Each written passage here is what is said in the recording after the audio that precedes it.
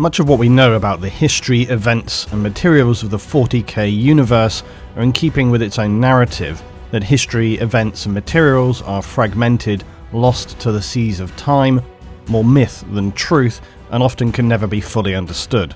The Golden Age of mankind, otherwise known as the Dark Age of technology, its events and subsequent technical developments are one such piece of the 40k puzzle that stands as an enigma and is highly unlikely to ever be clearly revealed. With this in mind, you should consider that some of what I will talk about today are established events and facts, while other parts are subjective, speculative, and outright floaty leaps and suspensions of disbelief. This is unfortunately the vague and often contradictory reality of 40k. The very fact, though, that these ancient truths and mysteries are unreachable is exactly why I feel I must attempt to explore them. For anyone to only tell these shadowed stories as vague, minimal, unexpanded upon paragraphs would be a crime, given the weight and power of what they represent when viewed as part of the whole history of humanity. STCs, or Standard Template Constructs, are one of the most critical pieces of technology that exist for the Imperium of Man and humanity as a whole. STCs are said to represent the sum total of our learning, experience, collective struggle and achievements. An STC is more than just a database of technology, it is a gateway to our understanding of all things, and they are arguably humanity's greatest singular achievement. A device designed to safeguard and protect our most powerful asset, our cumulative knowledge. Yet here in the 41st millennium, the STCs are lost to the stars. Nearly all are now assumed lost during the Dark Age of technology and subsequent wars which nearly saw the eradication of mankind by its own hand, and even the period of Imperial heresy. The Imperium devolves near all of its technology from collected STC fragments or templates. Many of these have been adapted by the Imperium to suit more military-focused requirements. The most famous discoveries are of the Land Crawler, an agricultural vehicle, the Land Raider battle tank, and gravity plate technology that enabled the development of the Land Speeder, and the more recent Primaris Marine Repulsor, an anti-grav transport, although it's got plenty of mounted weaponry as well. Space Marine Terminator armor is originally believed to also have been a Dark Age of technology schematic, except its use was for operation within extremely hazardous environments. Because of the immense level of protection Terminator armor offers, it was fairly straightforward for the Imperium to adapt it to their needs. And while it's true that mankind for the most part does not truly invent in the sense that we understand, it can use what it already knows to make reasonable steps. It's why you see different patterns of vehicles and so on, because if you have the base, you can then attach whatever weapons or such onto said thing, and that's fine. But coming up with completely fresh, never seen before technology, that's generally a no. Unless you can convince the old cogface boys that it is some form of divine machine god vision and inspiration. Good luck with that. But there are those in the Mechanicus even like Coriel Zeth, the Forge Mistress of Magma City, who have tried to develop completely new devices and hardware, but it usually ends up with the same result of them being declared a heretic and then horribly killed. STCs though are an enigma, and some of you may ask what really is an STC. How does it function? Why were they developed? And why does the Imperium of Man, and especially the Mechanicus of Mars, focus so obsessively on locating them at any cost? STCs can be a frustrating and clouded piece of 40k tech, primarily for the simple reason that they're never fully explained with a sufficiently fleshed out description and context. As with many things in 40k, their description tends to be more like conflicting in terms of continuity, fragmented terms of specific information. Most discussions are often content to just loosely talk around what an STC is and what they represent, but they never go too hard on the specifics, and if they do, usually without any kind of reference whatsoever. The reason being is that there's very little reference to use, but it is out there, and this might be frustrating and inhibit people's conversation, but unfortunately it means that there is endless speculation about just how an STC works, what they do, and so on. A commonly unanswered question is, how does an STC function in terms of its actual process? Well, it's easy enough to find information describing how an STC is a database for humanity's knowledge, and that it also provided hard copy templates, but this is just the bare bones. It's the what and not the why. I'll attempt today to describe my expanded thoughts on the STC problem and also put it into a wider context. But as I said, bear in mind that some elements of this are fairly open to interpretation because it has generally been so poorly described. There are whole books that have had ample opportunity in their inclusion of an STC element to the narrative to expand in plentiful detail about any aspect of the STCs, but usually instead they leave us with merely a few sentences or even just a few words of vague and then often contradicting descriptions. What I wanted to do was use all the information available to make the most reasonable, logical and clear description of the time during which the STC were created, the context for how they came about, and what their wider implications are. So with that, let us begin.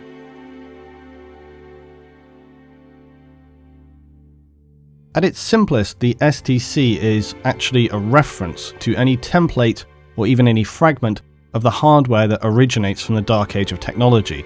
Confusingly, the term STC also seems to refer to a standard template constructor. That's constructor, not construct, which is an advanced and automated industrial fabricator. The two things, though, appear to have been designed to work together, but potentially also separately, which is why you often see STC being used as a kind of catch-all term. For the longest time, I was of the thinking, and many people I saw talk about STCs seemed to also suggest that they were a magical tool for any planet of human colonists, that the STC could do anything with anything. This is not completely incorrect, however I do believe that it's not the correct line of thinking in considering the way in which an STC was used as something that would be regularly optioned to solve all problems big or small. The purpose of an STC is that it simply gives you the ability, the availability of knowledge and fabrication to be able to bring you from a simple level of technology up to a highly advanced level of tech if you require it. If the STC AI has constructors available, it can build what you require, but otherwise it could guide you on what tools and machinery you needed to create those, albeit a very likely long process. This would then enable you further to develop the more advanced stages of tech, and so on. STCs are able to construct, yes, whatever you require from whatever materials are available to you. So your planet and its available materials should not restrict what an STC can construct. In one sense, this suggests that an STC should be able to, almost without limitation, improve and solve all problems. So say, for example, something on your world was not running efficiently enough. The STC should be able to provide you a solution. Some descriptions are that of an STC being a near-perfect system that can overcome anything, such as mankind's vastly advanced state of tech at this time. But here is the inherent issue with this line of thinking. While it's pleasing to think of a limitless AI system that can alter matter at a base level and convert it into anything it requires, on further examination it seems plausible that there's some kind of limitation on this, either energy required to do so or just pure efficiency. The reasons for this are largely implied more than explicitly stated. And when I say implied, I mean when you consider that there's descriptions of the Federation of Humans, trading, moving things around, and so on. If an STC provided everything you needed to, you wouldn't necessarily need to do that.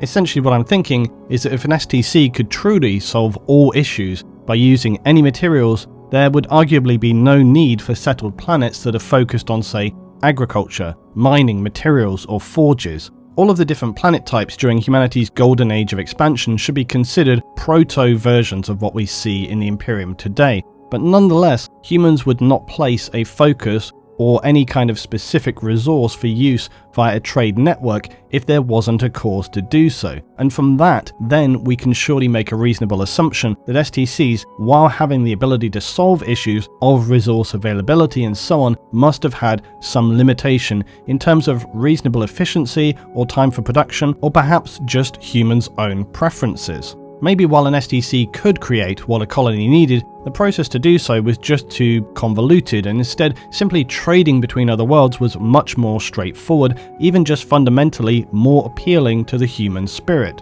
It's worth remembering also that warp travel for humanity at this time was much more stable, and the human federation of the period were able to traverse great distances much more safely and reliably. And so this is why I surmise that an STC, while being able to assist in building the basics of whatever a colony might need, would then become reserved as something more like an emergency backup system to solve critical time-sensitive issues, or problems colonists couldn't find solutions for themselves, and wouldn't necessarily be the first port of call every time an issue would arise for a colony. We know that all humans can tend to slip as well into a malaise of lazy ignorance, but you have to make a fair assumption that people setting up on a colony after a grand voyage would have had some personal motivation and retained that spirit of human pride and community to construct, develop, and to succeed. This was, after all, the entire purpose and premise of colonization in the first place, to build and expand upon the human federation of the time. And there were potentially also other reasons why they might not rely on STCs, as they had other things to assist them, but that's something we'll talk about shortly. The important thing to remember is that, again, when people talk about an STC, the acronym makes it sound as if it's describing a singularly defined thing, where it actually seems to be more broadly referring to any intact AI, non-AI databases, data fragments, hard copy templates, and associated fabrication systems. These elements were all collectively designed to work as part of the STC system. Now, as I said, we will also look at the figures known as the Stone and Gold Men. These, similarly to the STCs, are very hazy figures, but that seem to represent critically important developments in the early expansion of humanity and its ascension into a golden age, as well as its subsequent fall. They also, as I said, have some context in terms of how human society was evolving, developing, and therefore how we might place STCs for humanity in society at that time.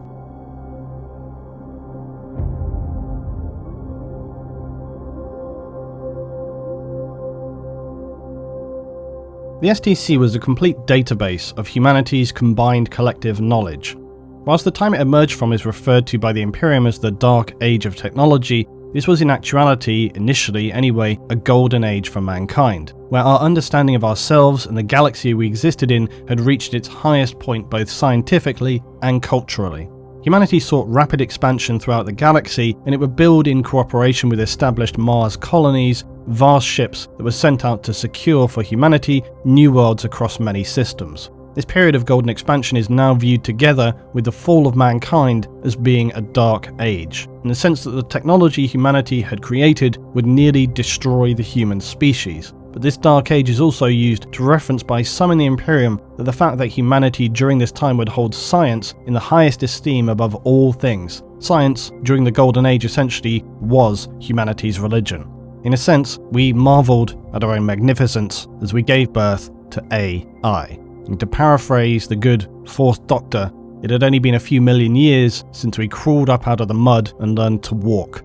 Humanity had learned to survive through catastrophic disasters, pestilence, wars, and holocausts. Now we aspired to seek out new lives among the stars. Ready to outsit eternity, humanity perceived itself as being indomitable. This immense arrogance, only eclipsed by the Eldar before them, is now viewed by humanity in the Imperium as a grave error that has potentially doomed mankind, and instead of belief in science, the Imperial cult propagate the religious belief in the Emperor of Man. As the Human Federation accelerated its proliferation throughout the galaxy, it saw a critical need for isolated colonies to have access to mankind's vast accumulation of knowledge.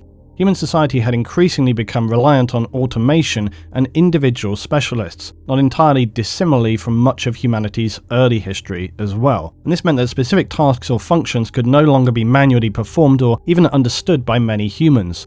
Advanced computers had been used for a significant time already, but we can surmise that they would continue to develop and expand these to form early simulated AI, leaving humanity to focus on more complex technological advances. Some of the very early isolated colonies, for example, could find themselves in dire need of specific specialist knowledge or hardware to overcome any number of problems, yet lacking the specialists to provide both. In order to overcome this problem of isolation, humanity would develop the STC system. STCs were a highly advanced AI database and fabrication constructors that would support colonies with their critical problems, thus solving support issues and gifting them access to mankind's bank of shared knowledge. This would become one of mankind's highest achievements and would allow most colonies to maintain an expected foundational level of technology. But when it comes to those associated fabrication constructors connected to the STC database, this actually makes a lot of sense when you think about it. Because if you're a colonist on a planet and you suddenly find yourselves facing a major and time-sensitive problem, maybe it's power, maybe it's water, maybe oxygen, maybe some kind of physical threat, who knows? But what you need to be able to do is solve that problem, and solve it fast. But what if you have no one capable of finding a solution? What do? Well, you would of course look to your STC. You enter your query and parameters into your colony's STC computer, or perhaps you would verbally instruct it, and the STC would then automate a solution for you, or potentially it might generate also a hard copy blueprint for you to use yourself with the fabricator.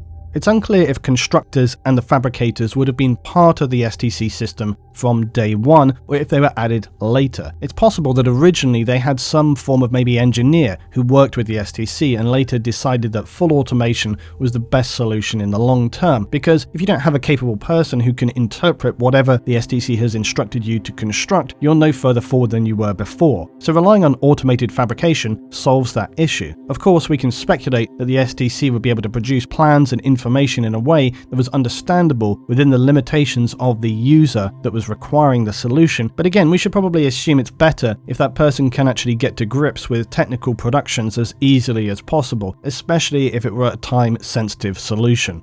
STCs were a safeguard, essentially, for colonists. They were meant to allow humans to develop the means to survive whatever they would face on the worlds they sought to colonize. This could be environmental factors that required, say, terraforming, hostile species on a planet, and things like this led to the development of night worlds. And it seems reasonable to assume that humanity would develop such advanced techniques like the STC through its necessity to make vast scientific advancements whilst being constrained by ever-diminishing resources. So forming an understanding of how we can, say, take organic material and turn that into a, say, strong, viable plastic, for example, is something that had even begun in the 21st century.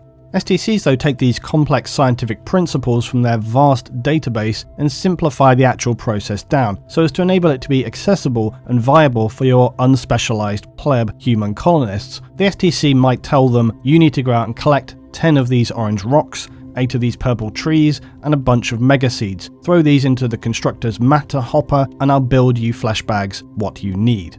In this sense, the project is the zenith of achievement for mankind, to be able to find a solution that enables its vast collected scientific wealth to be practically and accessibly utilized by people who ultimately haven't got a clue what they're doing. It's worth remembering, though, that while these advances were highly beneficial, ultimately the reliance on automation and subsequent development of even more powerful AI through the dark age of technology would prove to be a poisoned chalice for mankind. STC AI discovered by the Imperium have demonstrated their ability to see humanity as a threat to them, with contempt and even hatred, and on investigation of the Space Hulk Death of Integrity that later would allow discovery of the pre-Imperium starship the Spirit of Eternity is one such example. The Astartes and Mechanicus investigating the Space Hulk would discover the ship's AI was still intact and was even able to converse with them.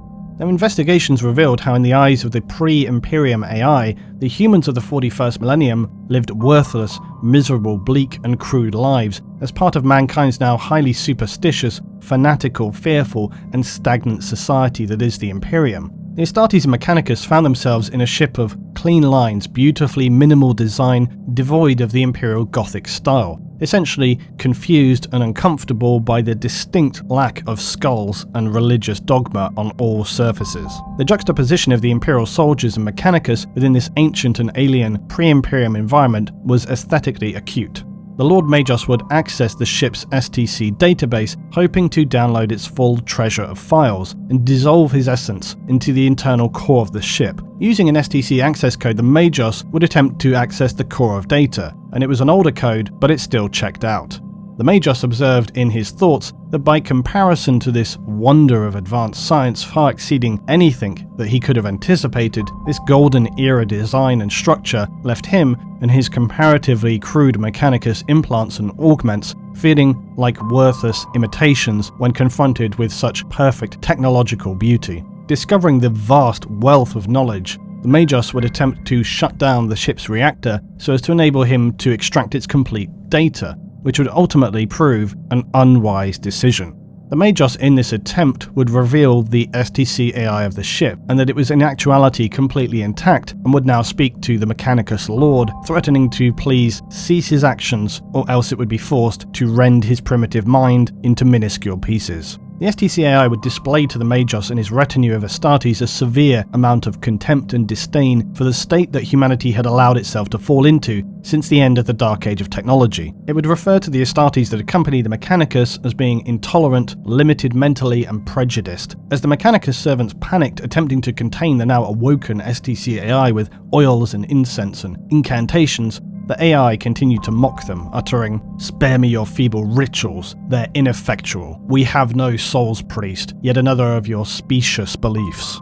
The STC AI of the Spirit of Eternity was able to speak through the Mechanicus and its servitors' bodies, instantaneously taking control of their systems, speaking to the Marines whose powerful armor the AI had also locked solid, leaving them completely frozen like statues. Impotent and conversing to them through the ship's own audio systems, the STC AI would exclaim to the Magus and Astartes that, "Once I gladly called your kind master, but look how far you have fallen. Your ancestors bestrode the universe, and what are you, a witch doctor, casting scented oils at mighty works you have no conception of? You are an ignoramus, a nothing. You are no longer worthy of the name man. You look at the science and artistry of your forebears, and you fear it, as primitives might fear the night. I was there when mankind stood upon the brink of transcendence. I returned to find it sunk into senility.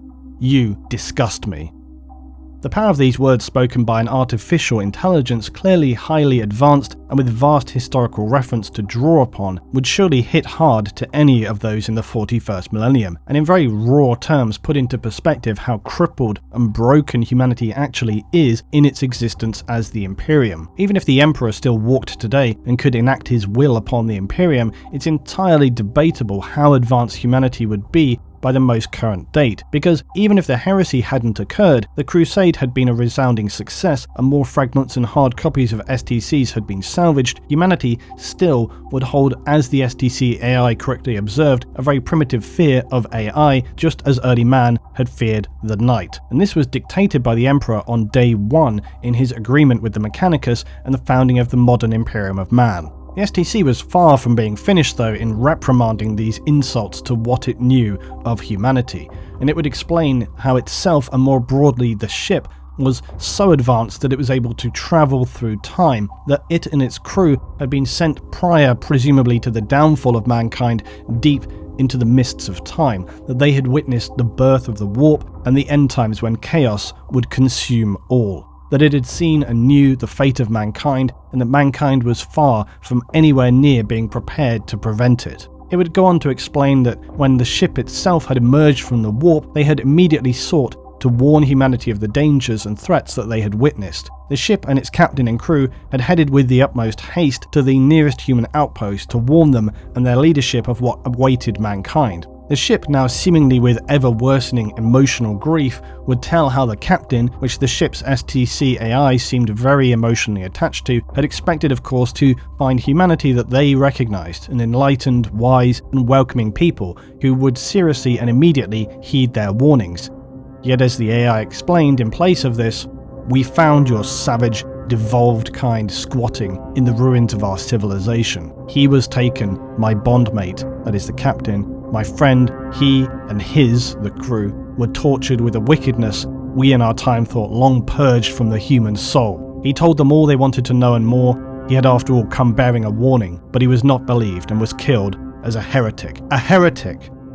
The bondmate, that is the captain that the Spirit of Eternity's STC AI spoke of, is a curious reference, as well as the fact that the ship's AI seems to display genuine emotional distress at his having been so ignorantly and so callously extinguished. While you could infer that this demonstrates the ship is achieving a true state of artificial intelligence, its ability to display emotion is far more questionable, and that is in all likelihood demonstrating that it's only a simulated state of emotions. And the fact that it refers to the captain as its bondmate, maybe this refers to the means by which the captain would interface with the ship itself, similarly to how titans and princeps connect or bond with each other there. And this is a very deep connection between man and the machine spirit, and this might explain why the ship itself seems so distressed at his murder by the fanatical humans of the Imperium.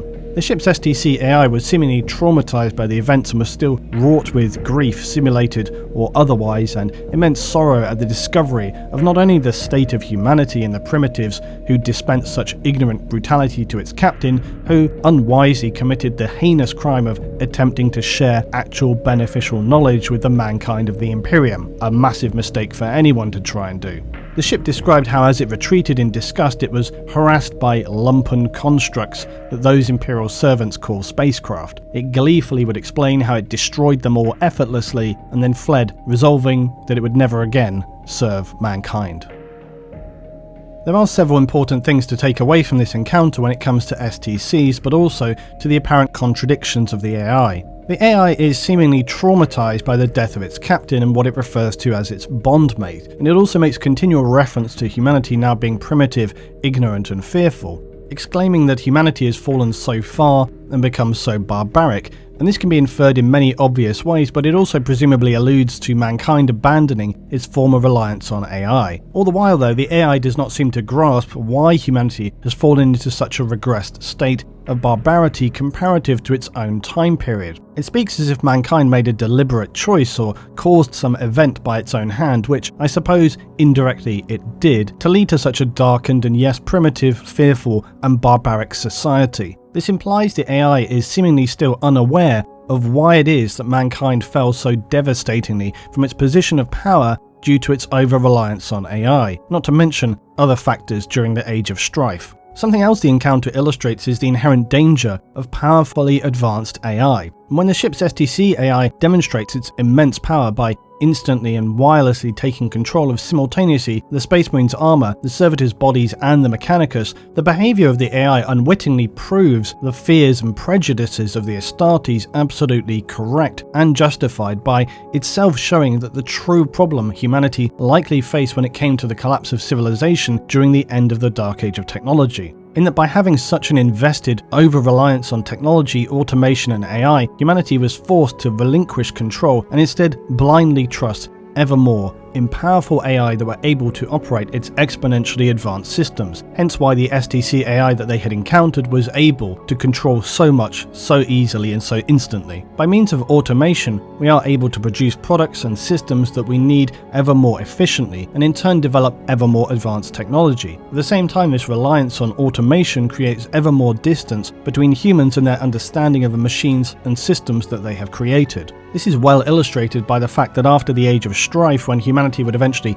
pull itself up out of the ashes after the Age of Strife, it struggles to retain the ability to understand and comprehend not only the tech that already exists and that it will discover, but also critically how to fabricate and use the STC elements. In fact, some of the pieces of hardware it would later discover during the period of mankind's reunification could never actually be replicated, as the understanding of how to do such a thing had been long since lost.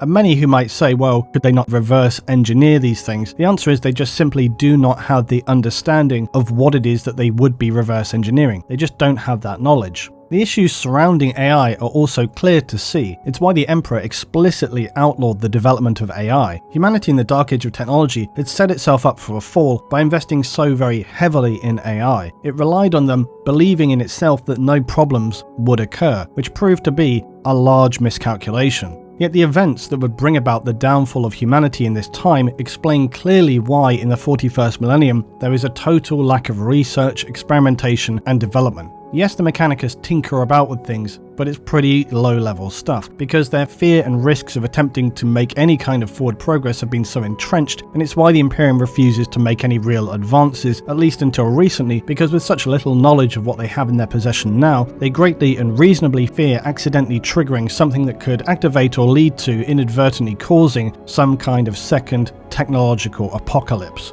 You also on top of this have the Mechanicus and their spiritual beliefs that all technology that has been created is already created and it's only a case of discovering it. Therefore, no need to actually invent, innovate and create new things. This is where we must explore the enigmas that are the Golden Men.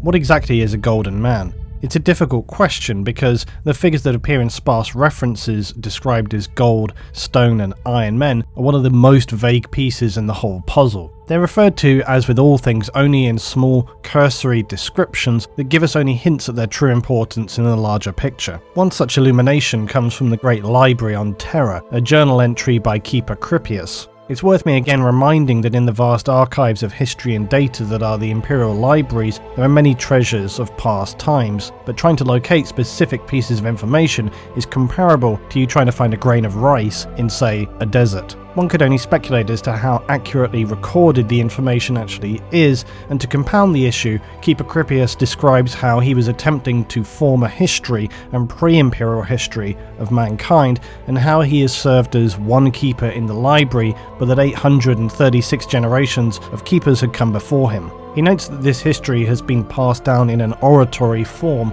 but because of the dark and changing times, he has chosen to record this history, now in a written form. All these reasons highlight why it's possible that the real truth of the events through the Golden Age of Man may never be fully revealed. Keeper Cripias states that in the first age of man, the Golden Age, there is the Emperor unseen and unheralded. He prepares the old earth for the coming of mankind and watches and waits. He's joined by the first men of the Golden Race, fine of limb and strong of mind, yet still the Emperor is content to wait in the shadow. To watch and learn from mankind, the Golden Race spreads across the face of old earth, multiplying and establishing order and civilization on the anarchy of nature.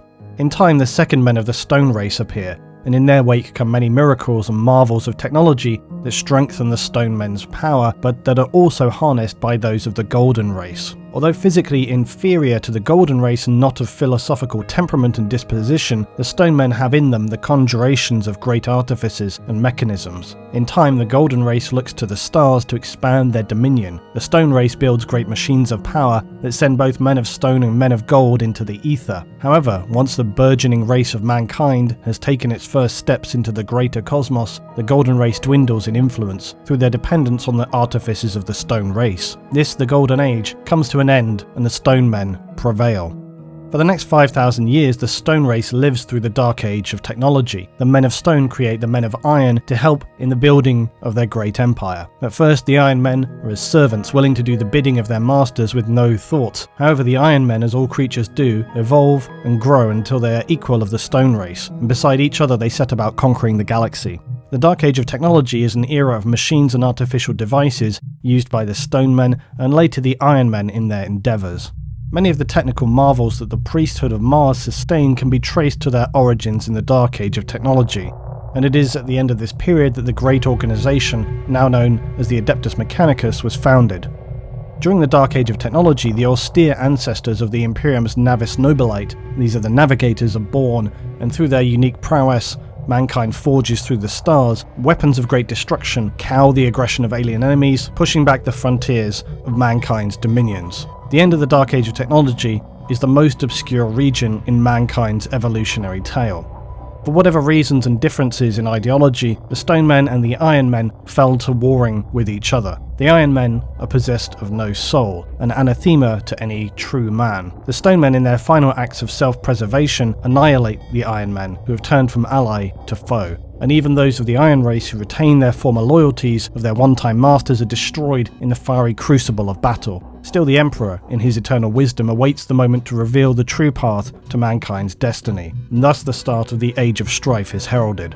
The Age of Strife sees the collapse of the ancient empire built by the Stone Men. Mankind is split asunder, and there is no race of man. Just warring factions contending with each other in the direst perils the galaxy could offer. Seeing humanity's weakness, alien dominance grows in power once again, and the arms of the Stone Men left to ruin. The protection of the Iron Men destroyed in the last years of the Dark Age of technology. For 5 millennia, the human race exists in the twilight of its former greatness, bickering and fighting for the scant resources to hand. With no guiding will, no manifest destiny of lordship, mankind is left in turmoil.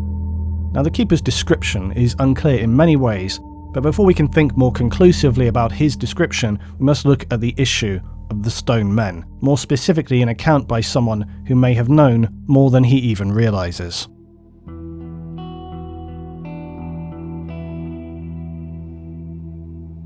Finding the truth, or often perhaps more accurately the allegorically implied truth in the 41st millennium, is reasonably speaking near to impossible. This is often the case throughout human history as stories and fables are passed down from one person to another, and as with Keeper Cripias, perhaps in an oratory manner spanning generations, even across millennia. Every time though, a person might shift, change and embellish the story a little differently. Yet with ancient stories passed down through the ages, there are nearly always core elements of truth. When it comes to STCs, or more specifically the development and understanding of humanity's advancement through the ages, there is one text that helps us to speculate further on the origins of the gold and stone men, and the subsequent STCs that were developed. The reference is from the short story Ancient History. It describes two crewmen aboard an imperial naval vessel who, late in the night, turn to telling each other stories. Kron is an old crewman and is somewhat cybernetically augmented. Half his skull has been replaced with metal, and he also features a red bionic eye. The younger crewman estimates his age to be anything as old as 300 years, given the strange effects of warp travel and imperial cybernetic augmentation. Kron exclaims to his younger crewman Nathan that when shipmen want to share secrets, they will rarely do so outright and instead tell stories.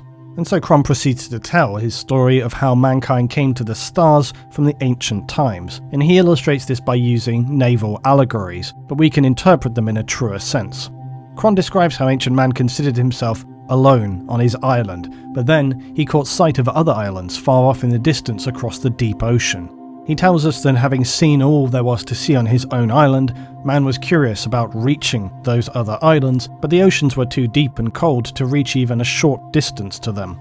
So man put his attention to other things, but in time food, water, and even air ran short, and so man looked again to the far islands, but still could not bear the deep reach to them. So man would fashion what he calls the stone men, and that they would later create the men of steel, that the men of stone would go out in place of man, and with their servants the men of steel, plant seeds on many islands.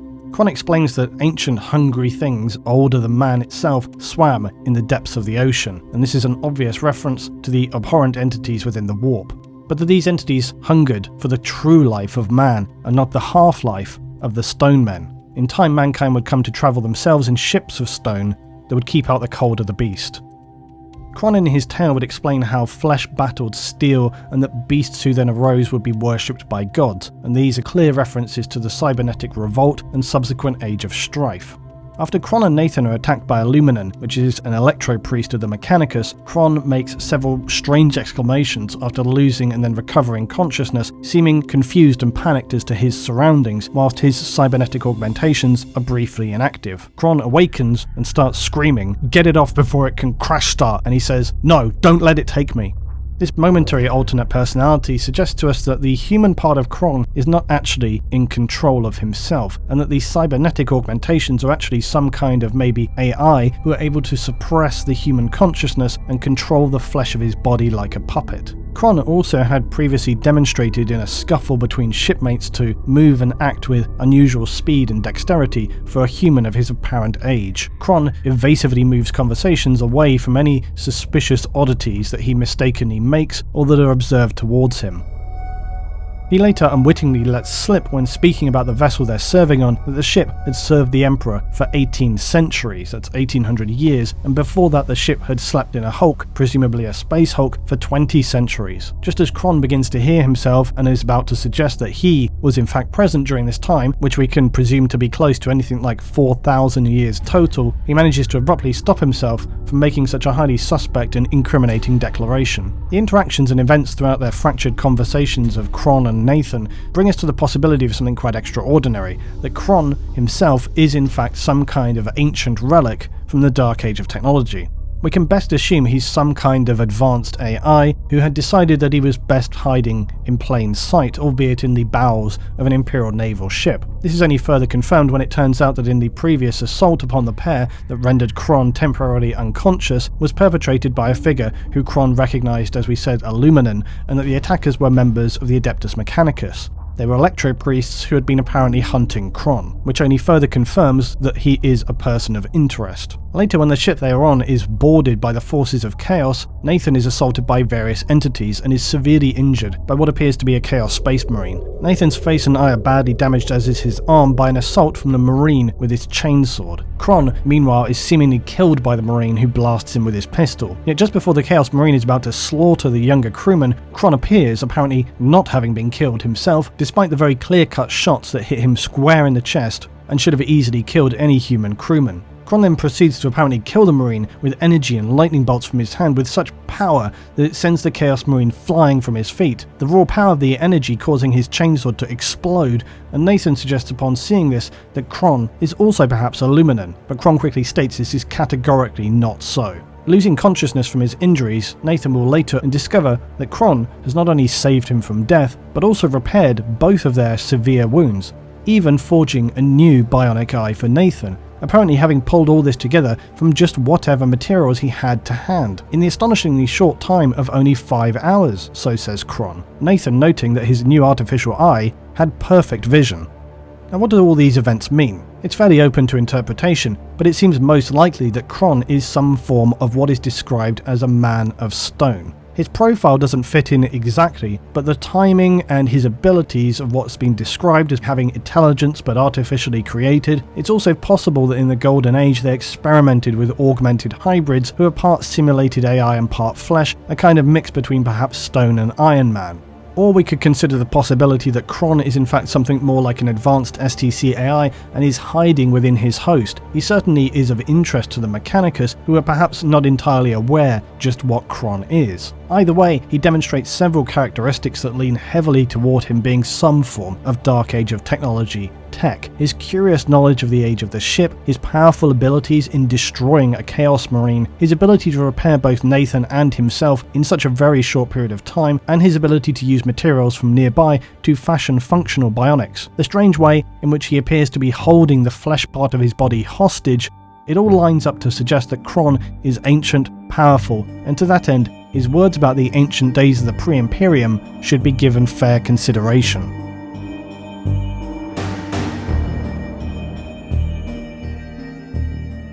So what are the Golden Men and the Men of Stone? What of the Spirit of Eternity's STC AI? What of Keeper Cripias and Kron? How does it all fit together? It's a puzzle to be sure. It's where I would take the opportunity to remind you yet again that a lot of this is very speculative and has very little real grounding in defined evidence. So you have to stick with me on this and consider that I've spent a solid, good period of time thinking about it all to come to the best conclusions that I can. Firstly, when it comes to the descriptions of gold, stone and iron, these are unlikely to represent anything in a very literal sense. The Golden Men were not made of gold, nor the Stone Men stone, the Iron Men not made of iron. These descriptions almost certainly have symbolic or allegorical significance.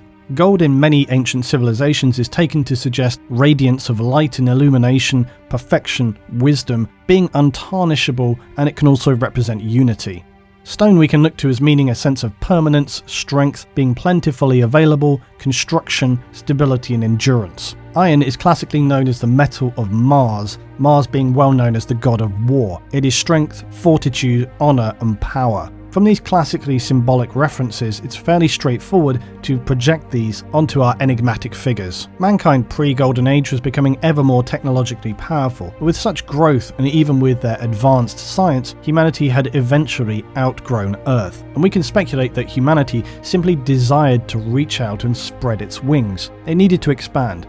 But before the creation of warp drives, humanity was still limited to the distances it could travel. This earlier period was known as the Stellar Exodus, and it's believed to have taken place in the millennia before the Golden Age or Dark Age of technology was really underway in any true sense. These colonies were often then unintentionally cut off, as the distances involved for sublight travel were too great to undertake without warp capability. This is likely when it was decided that the concept of an STC was a sensible idea. This also matches up with Kron's description of humanity wanting to travel out to other worlds, but still being constrained by distance.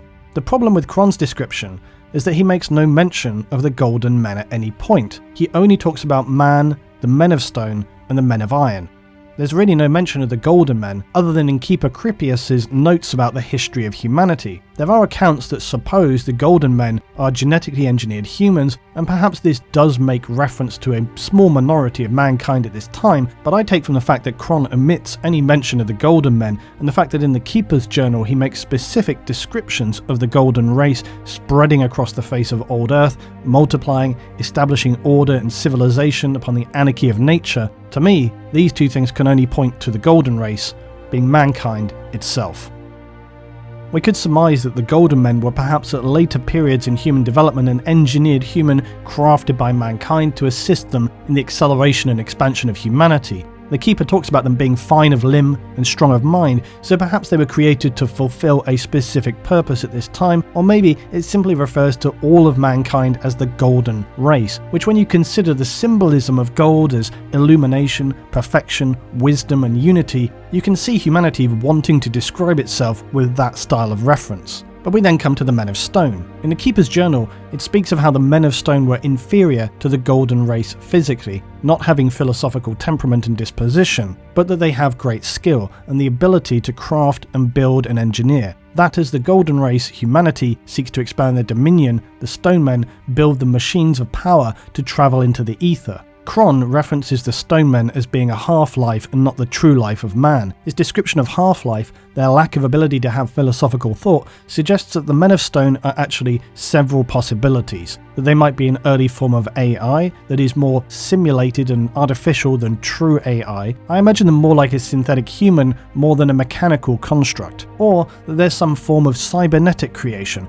a combination of organic and artificial. How much of one or the other we couldn't say. However, I feel that if I had to make a call, I would lean toward the idea of a simulated intelligence over what we might think of as a real AI. They are, though, without question, the builders and operators for humanity's new empire.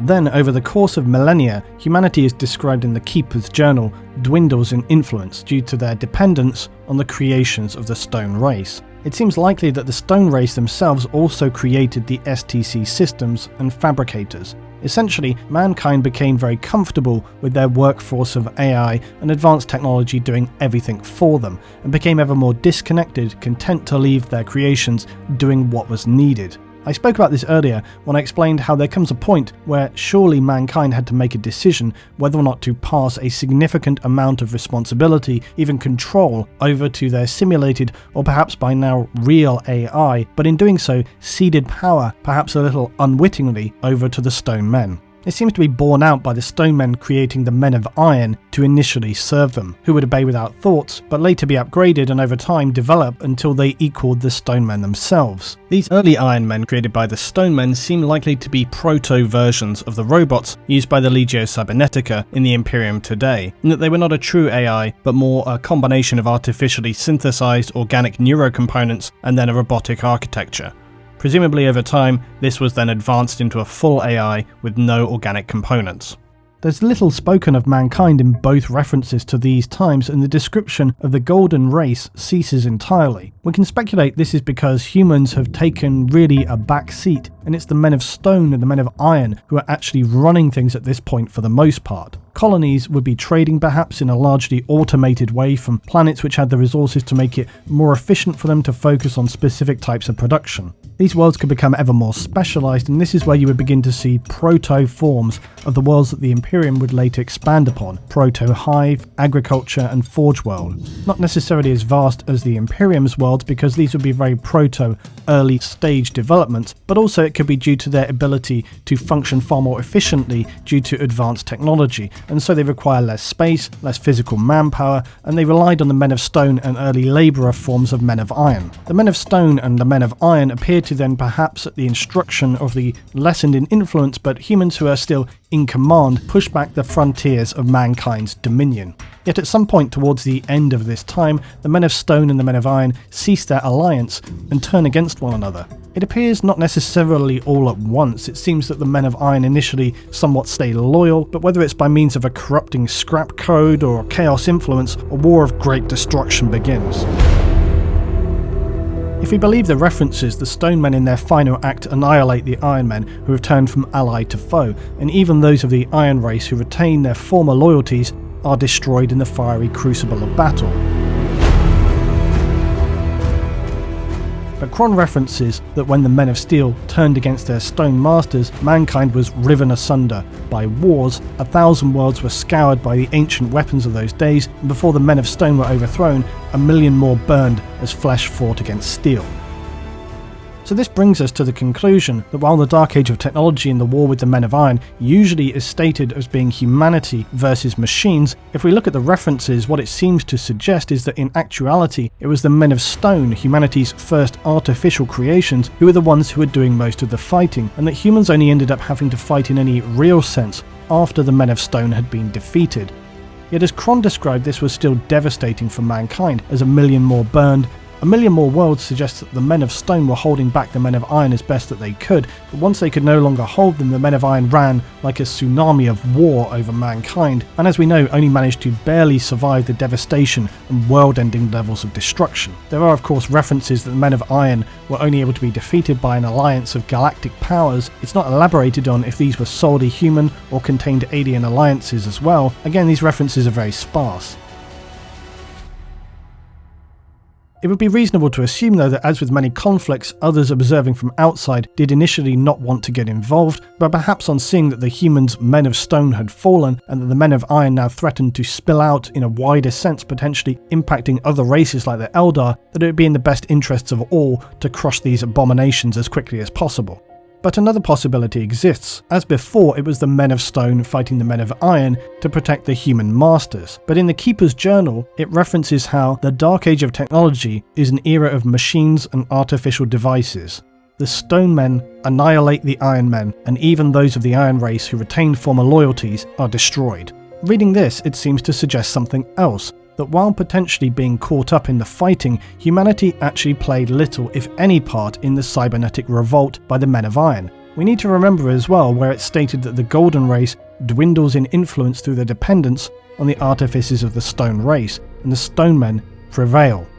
You could put these two pieces together and consider that after the war with the Men of Iron, the remaining Men of Stone realise that their own creations have nearly destroyed their masters, humanity. If we're to assume that the Men of Stone still operate on a principle of loyalty and above all else to serve mankind, there's nothing to suggest anywhere that the Men of Stone similarly turned against man. It could be that they themselves came to the understanding that they, and indeed AI, were nearly the cause of the extinction of man. Seeing the threat and the danger in this, they may have taken an executive choice, overrode anything that their human masters were instructing them, because they understood how high of a threat they represented to humanity and would destroy themselves, or sabotage the ability for humanity to create new AI constructs, or perhaps potentially by this stage mankind had already lost the knowledge of how to do such things. Within this, you have to assume that as powerful as an STC is, the creation of advanced AI is beyond its capability, although admittedly that seems to be something that you could argue either way, and that does potentially undermine that theory.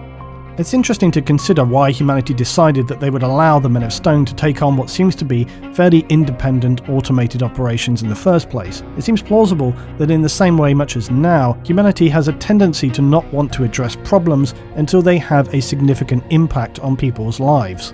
Keeping that in mind during the Dark Age of technology, mankind appears to have been excessively trusting in its creations, and perhaps after extended periods of time suffering no real problems or negative situations, they had become wholly trusting and complacent about the potential issues that would arise should something go badly wrong, as it ultimately would. Humanity was apparently content to allow the Men of Stone to basically just get on with it all, as they sat back to enjoy and focus on whatever tasks were pleasing to them. This doesn't mean that they were necessarily just living lives of leisure, but when it came to the bigger picture, you can imagine typical human dismissive arrogance easily setting in. The Stone Men's creation of the Iron Men is an interesting one because you can imagine that perhaps initially they required the approval to begin work on such a project from the human masters, but that in time, as mankind was still essentially just letting them automate themselves, they didn't pay close enough attention to just how successfully the Men of Stone were upgrading and improving the Men of Iron. Even if they were aware, it seems unlikely that humanity of this time could have anticipated such a catastrophic explosion of mechanical civil war. The reasons as to why the Men of Iron who had up until this point remained loyal were not simply rebelling in a sense of outraged superiority to their stone and flesh masters, but instead were potentially corrupted by chaos, or at least perhaps open to the whispering power of persuasion that chaos often uses to exert on the material realm. And you might think that sounds completely implausible. except there are examples of Chaos's apparent ability to affect advanced human-made AI. This has been demonstrated in multiple locations, but it's demonstrated specifically with the case of the ancient Castigator class Titan, believed to be an original Titan design from the Dark Age of technology. The discovered Castigator Titan had, according to accounts, an advanced self-aware AI and had been somehow persuaded in allowing itself to be possessed by demons of the warp. This would ultimately lead to both demons and Titan being destroyed by the Grey Knights, who are also believed to have destroyed its template. It was noted though as being significantly superior and structurally different to existing Titans of the Imperium, and is therefore believed to have been originally created by an STC. There's so much detail that is not clear or available to us, but having spent significant time researching and postulating on these details, these are the only conclusions that make any sense to me. There are of course many ways in which you could choose to interpret the developments, motivations and causes for certain events, but these are the ones that I have come to feel sit most appropriately and most reasonably.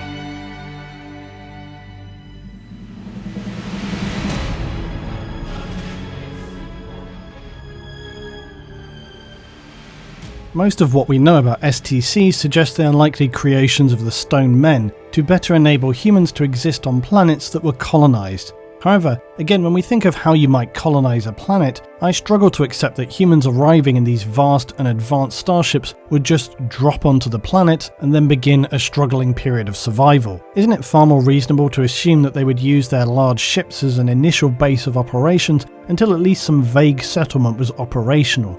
There are descriptions as well of colonists stripping their ship down to use its materials and components for their initial colony settlements, and this seems plausible as well.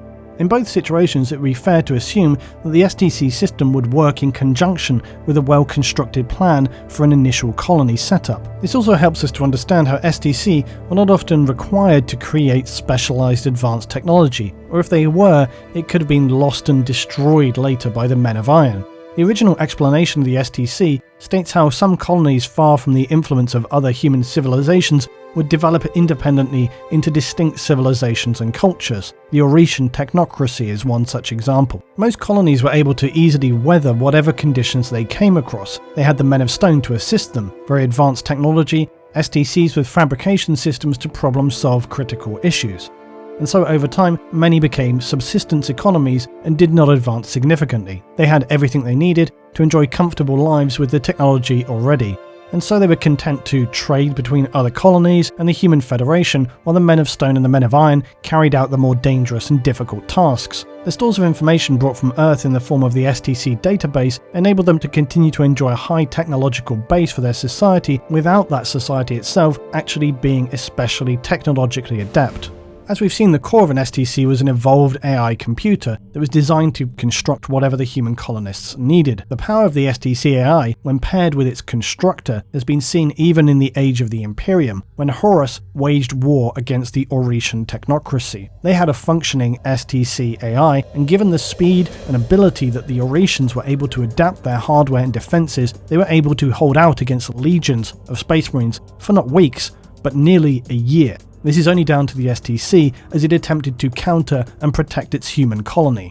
On a more peaceful and simple level, an STC would, as we know, also provide construction details for the colonists. It's assumed that it would provide, say, holographic blueprints to enable the colonists, or perhaps more likely, given what we know now, provide blueprints actually for the Men of Stone, but it's described as providing plans that should be idiot-proof. These are the hard copies that have been later found and rediscovered. Not the databases themselves, but the hard copies of individual templates. A template for construction, a template construct. Most of these templates were designed to be usable across a variety of conditions from readily available materials and for use by people of varying levels of technological understanding. They were essentially meant to be standardized, a standard template construct. This is why much of the hardware used by the Imperium is replicated so consistently and easily by Forge Worlds, despite, as in the Dark Age of technology, the vast distances that humanity has now spread itself across the galaxy. As the age of technology would collapse, the many thousands of STCs would become damaged, likely by colonists themselves, or fall into disrepair in the chaos with nobody there to maintain them. Or they may have been otherwise tampered with by over-enthusiastic colonists, or even corrupted, given again what we can speculate as to the Men of Iron's uprising. In short, the databases themselves were significantly compromised, but the hard copies remained. But why would you have hard copies? If the men of stone and the fabricators were constructing everything, what would be the need for a hard copy? To my mind, I see it as being essentially a means of safeguarding the technology. It seems fairly logical on the part of the STC AI or the colonists themselves that it was a good case of planning to hard copy many plans from an STC, rightly so given the events that would follow. Humans may have considered the possibility of what would occur if they were to lose the STC AI itself. It's fairly easy and reasonable to imagine colonists discussing that they should create maybe a library of hard copy STC plans so that in the event of the STC AI malfunctioning or being destroyed by some other means, they could still produce the essential tools that they and the Men of Stone required. This seems very logical, and so we can surmise that colony STCs would additionally provide safe, hard copies for them to use if it were no longer operational. Also, from what we know about the Men of Iron's rebellion, it didn't happen instantly or everywhere at once. So again, you could consider that when colonies started to hear about what was going on, they started to panic and started panic printing hard copies of things. Hard copies may have been considered more protected from AI interference or deletion and so on. But this doesn't mean that in the 41st millennium, we were just going to find STC hard copies everywhere, because it's been a very, very long time since then. They are rare to discover, and given the time past and the age of strife in between, we know that many of these hard copies are lost or destroyed for whatever reason. You could again reasonably imagine that perhaps somewhere on a world once inhabited by mankind, there exists a protected vault, a library filled with hard-copied STC data, an ark of human knowledge. It's certainly within the realm of possibility that someone somewhere had the foresight to do such a thing. The templates themselves have been described as being holographic, basically an advanced flash drive, but maybe they could also be some kind of laser-etched, completely impervious physical card that displays the template and enables a user to read it independently or input to an STC fabricator that could still interpret the plan as and when necessary. This has always been a difficult question to answer when we consider how to pass technology forward through millennia. If you wanted to pass on the knowledge of, say, electricity far into the future, in the eventuality that, say, there was a devastating apocalypse on Earth that would destroy civilization as we know it, and that later perhaps a pre-industrial people would survive, how would you communicate with them the information? If we're talking about significant periods of time, what are you going to use? A flash drive? A CD? How could they possibly interpret or even use that stored data? The only thing with a hope would be a physical hard copy, something printed that would weather the years and not degrade. Historically, humanity has used stone to achieve this feat, ancient civilizations carving their history and knowledge into stone that then even millennia later were able to read and decipher. So having a physical hard copy with an illustration of how to achieve X technology written in a way that is universally understandable seems something that a highly advanced STC AI could foresee the need for. So I speculate that these could potentially exist alongside more advanced flash drive-like holographic STC hard copies. However you may imagine the template, it would enable you to build whatever that template had stored within it. This idea though that humans had some kind of multi-purpose fabricator, some kind of advanced 3D printer, seems to be further though confused in the description of an intact STC constructor located on the world of Menazoid Epsilon, where an underground fabrication system is discovered. It's described as being a machine, a vast device made of brilliant white ceramics, silver piping, chromium chambers, a standard template constructor, intact. The description tells of how the Imperium and the Mechanicus were not originally able to manufacture the things they discovered. Instead, they were only able to learn how to do so by recovering the processes of ancient STC systems. Using fragments of broken and disused STCs from 1,000 worlds enabled the Imperium to relearn the secrets of construction, assuming fabrication via constructors, and that then allowed them to build again using STC templates, tanks, machines, and laser weapons. The individuals who discovered the constructor go on to refer to the fabled discovery of the STC that allowed the Imperium to construct its combat knives for Astartes. This discovery is often referred to as a template or a database. But the figures who find the intact underground STC on Menazoid refer to this former discovery as another standard template constructor. They also refer to their discovery as being a standard template weapons maker. This points us towards potentially specialized design of infrastructure, and that certain constructors were designed for producing certain things. While the constructors in the SDC were very advanced, given what we know of how Forge worlds operate, if we want to assume that these things still exist largely in a similar style to that of the Dark Age of technology, then we can understand these constructors are not producing different things every day. They're more designed to be, say, a weapons constructor, and so on. So what of the constructors? How did the Imperium end up with these? Because even if they find the knowledge and the know-how in order to make these things, you would also assume that some of these constructors in various different states are around and that they've been able to repair or utilize them so that they can use these STC hard copies. Well, it seems reasonable that when the Mechanicus set out alongside the Emperor, they would have located constructors and/or proto-Forge, proto-Hive worlds that had weathered the Age of Strife better than others. It appears likely that the Golden Humans of the Dark Age of Tech also had ships that were essentially mobile STC stations. This also seems pretty logical when you think about it, given that humanity was part of a united federation, that these ships could have served any number of purposes, but having a mobile STC and fabrication facility for your needs is always going to be useful. But how do we know this to be a thing? Well, because of the ships the Mechanicus use to hunt for STC components. They're known as Arc Mechanicus. These ships use some of the most advanced capabilities that exist in the Imperium, and much of which originates again from the Golden Age of mankind. The Arc Mechanicus employ defences described as being near to impenetrable and weaponry that will put battleships to shame. They also are essentially mobile Forge worlds, containing kilometres of fabrication plants, plasma reactors, laboratories, testing ranges, chemical storage and genetic facilities. But are these Arc ships truly from the Dark Age, or were they simply cobbled together after the emergence of the Mechanicus? The answer lies yet again in references. The Mechanicus ship Speranza was an Arc ship that served Archmagos Lexel Kotov's exploratory fleet in a section of space known as the Halo Zone. The ship had absurdly powerful weapon capabilities not dissimilar to some Eldar weapons. It has the ability to create what were essentially miniature black holes, but that are also chrono-based, basically time-travelling offensive capabilities. These would suck the target nanoseconds into the past, essentially superimposing the enemy over themselves. The subatomic reactions within every molecule had then shifted, forcing identical neutrons into the same quantum space, the obvious result being catastrophic and total annihilation as they tried to occupy the same space. A quite horrific weapon in both its advanced level of tech and its resulting method of devastation. The Speranza was a perfect example of what these Arc ships were, immensely powerful in all respects, necessarily so considering what they contained. Perhaps these Arc ships were tasked with retroactively visiting colonies that had begun without an STC during the Stellar Exodus.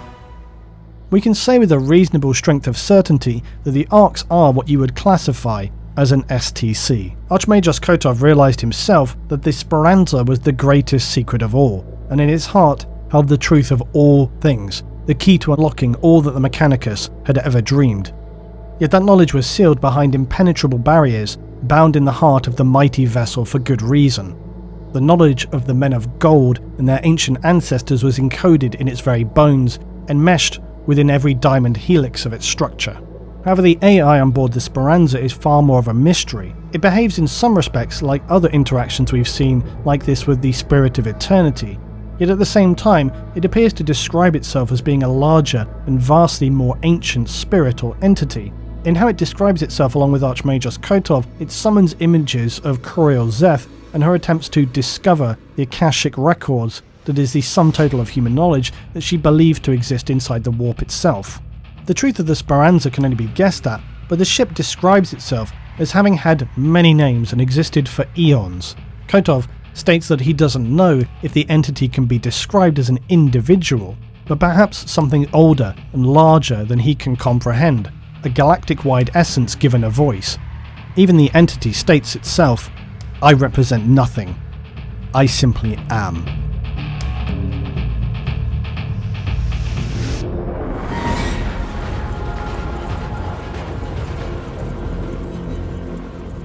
Mankind had learned the hard way of the troubles and dangers that AI represented. It's often said that finding an intact and functioning STC is the holy grail for the Imperium, and generally speaking, it seems likely that if not initially, then certainly during the war with the Men of Iron, most human colonies would quickly, in a panicked desperation, actively destroy their colony STCs. maybe they would have the foresight to hard copy a lot of the technology that they knew would be valuable and that they could still use the fabricators for. Whilst the war with the Men of Iron was clearly devastating, it wasn't enough to completely bring down humanity in this time. It was only through the onset of the Age of Strife and the emergence of Psychers and then enslavers that mankind would throw in the towel and resort to self-destructive anarchy across so many of its worlds. However, the fact that the war with the Men of Iron did not completely destroy humanity means that it's plausible some worlds came through the whole experience with little damage and perhaps saw no reason to instantly smash their STC to pieces.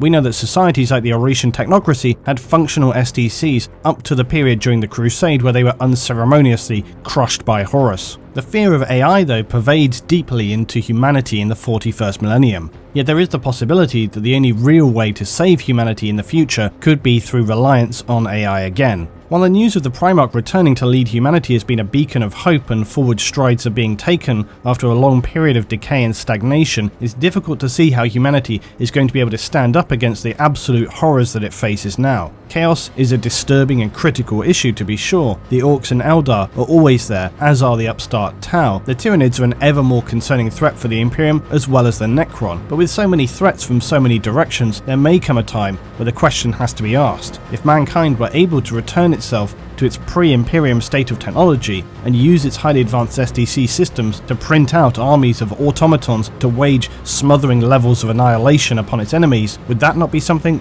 worthy of consideration? The encounters with the AI aboard ships like the Spirit of Eternity and the Speranza only confuse things further. They both seem to be advanced beyond what we consider to generally be described as the AI of that of the Stone and Iron Men. Also, when we consider that some worlds like the Oretians managed to retain their STC, it's reasonable to suggest that the issues of the AI corruption would only apply to a certain level of AI. The Stone Men were described as being only the half-life of a life of a man. The Iron Men appear to be pure AI constructs. Could STC AI be something altogether different? A third level of intelligence who are strong enough to withstand the corrupting influences? Most of the highly advanced AI that humanity has encountered generally seem to be quite apathetic toward mankind, but at the same time not necessarily hostile, or not immediately so anyway. The Spirit of Eternity in its traumatized grief does end up destroying some Imperial ships, yet the Speranza aids its mortal crew and prevents their destructions. Both AI seemed not ultimately too concerned either way, as they knew that the fates of the mortals were unimportant really to their own existence. These AI to me suggest that they have transcended their original purpose, that they have become so advanced that they have become almost bored and completely disinterested in the petty trivial issues of man. The Spirit of Eternity describes how it wants to leave the galaxy and get away from the miserable creatures that are the mortal men, and seek more. And the Speranza equally doesn't appear concerned even with the potential of its own destruction. The ship seems to imply that it would still exist in some form, even if that were to happen. It's all very vague and could be discussed on and on, but with little real reference or even allegorical material that can point us toward any real conclusions of reasonable standing, it must, for now anyway, remain hazy and open to interpretation.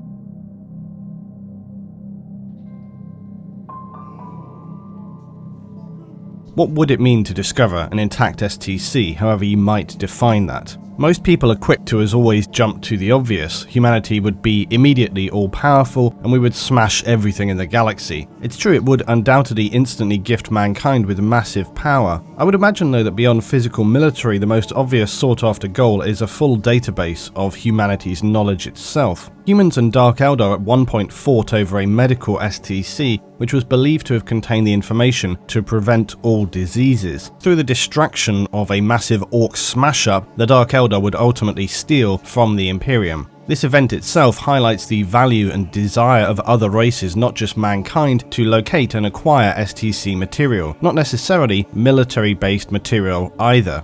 The prospect of locating an intact and fully functional STC as we know, the most likely possibility would be perhaps to discover a world untouched by Xenos or even by the Age of Strife, or where maybe a colony suffered a collectively fatal situation which then left their burgeoning outpost pristine and untouched. Maybe due to environmental conditions they created a colony below the surface of a planet and it lays there awaiting to be discovered. Or as I earlier described, some bright spark who had the foresight to create a kind of hard copy library territory that lies hidden and now awaits discovery. To give an idea of how advanced and powerful an operational STC can be, we already have that example. They're able to fortify, adapt and develop technology so as to overcome whatever an invader may throw at it. During the Emperor's Crusade, when Horus, as mentioned earlier, encountered an advanced society in the Oretian technocracy, its warriors were seen to wear power armor and bolter-like weapons.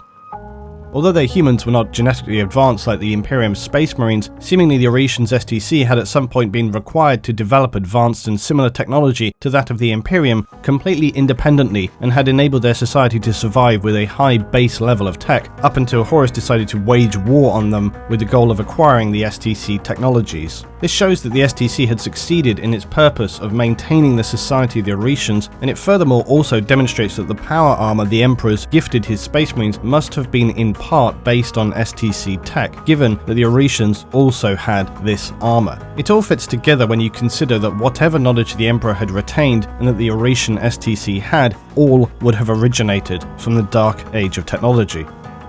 The STC of the Oretians, understandably, although perhaps to the surprise of the Crusaders, proved extremely problematic for Horus and his Astartes, as it enabled the Brotherhood of Warriors of the Oretians to adapt to whatever Horus's forces could throw at them. Horus would ultimately prove successful in crushing the technocracy and using the STCs to leverage further support from the Mechanicum toward his ever more treacherous behaviour. It's altogether one of the more depressing narratives for me, in that this shining civilization that had survived the Age of Strife and represented a beacon of hope for the Emperor's Imperium was so savagely abused by Horus and his minions.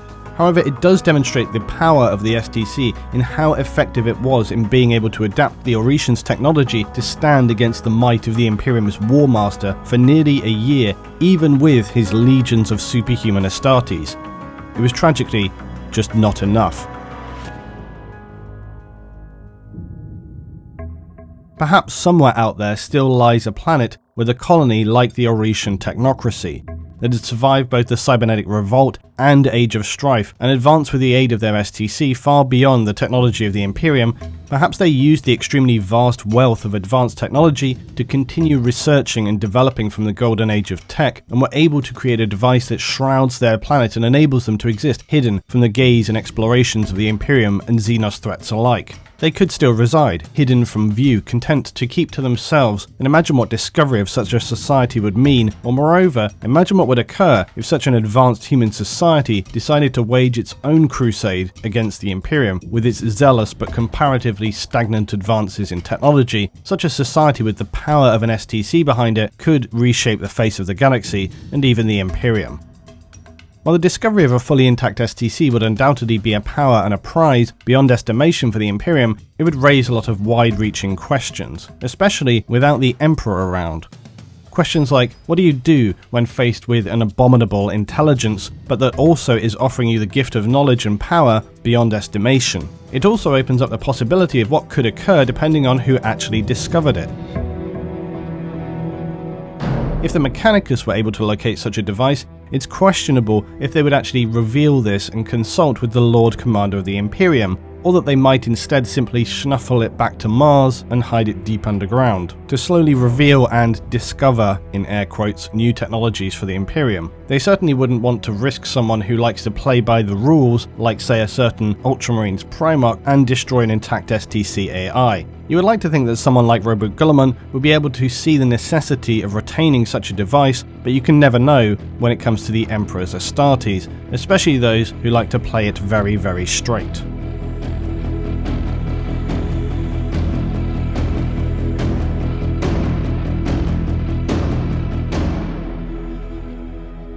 It would be preferable to imagine that even the Imperium, in its vastly backward and overly fanatical stupidity, would see that locating an operational, fully self-aware STC would be the saviour of mankind, and while such a discovery might not enable humanity to immediately obliterate all its enemies, you can imagine that things would very, very quickly become unfavourable for the likes of the Eldar, the Orcs, the Tau, yes, Chaos, and even the Tyranids.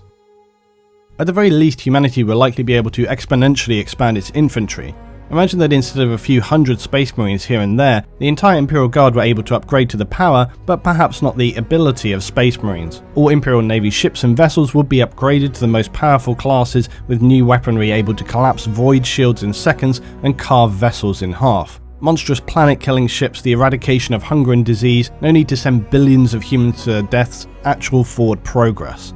An unbreakable perimeter defense on the border of mankind's territory, meaning life for the citizens within could return to a life of peace and trade and prosperity. The prospect, though, of humanity in its current state of thinking gaining access to such power is simultaneously exciting and unsettling. For those such as the Tau, I doubt mankind would think twice about simply appearing out of the warp and instantly destroying all their planets with no discussion. The Orcs would likely rattle on as an ever-present irritation. The Eldar would probably flee and avoid mankind at all costs. Chaos knows no fear, only burning hatred, rage and a desire to interfere with man, and that would also continue to cause issues, except that with the power of an STC, would mankind be able to have such technology that it could actually reseal the tears in space between the warp and material space? Such a prospect would inhibit the actions of Chaos significantly, leaving those such as the Grey Knights to become essentially the caretakers of the Imperium. The real threats would likely still be the abominations of the Tyranids and the Necrons, if their campaigns of destruction are indeed only their first explorations, in that the Tyranids are approaching and entering our space, and the Necrons with their vast ancient powers awakening across many tomb worlds. Mankind would certainly need to be very ready to repel such creations, especially given that the Tyranids are able to adapt and alter themselves based on whatever they're facing, and the STCs also function in a similar way, and this could certainly become, and you could foresee, an apocalyptic war of attrition developing. One thing though seems certain: while the Imperium of late has made some minor progress, it still is suffering from the absolute devastation and is weaker than ever in the aftermath of the Heresy period, even with it being many millennia later. With the ever-increasing dangers all around it, mankind's need to locate an STC and gain access to its rightful inheritance is more urgent than it has ever been. There would of course likely be one other potential benefit of locating an intact and fully functional STC: the very real possibility of the resurrection of the Emperor of Man.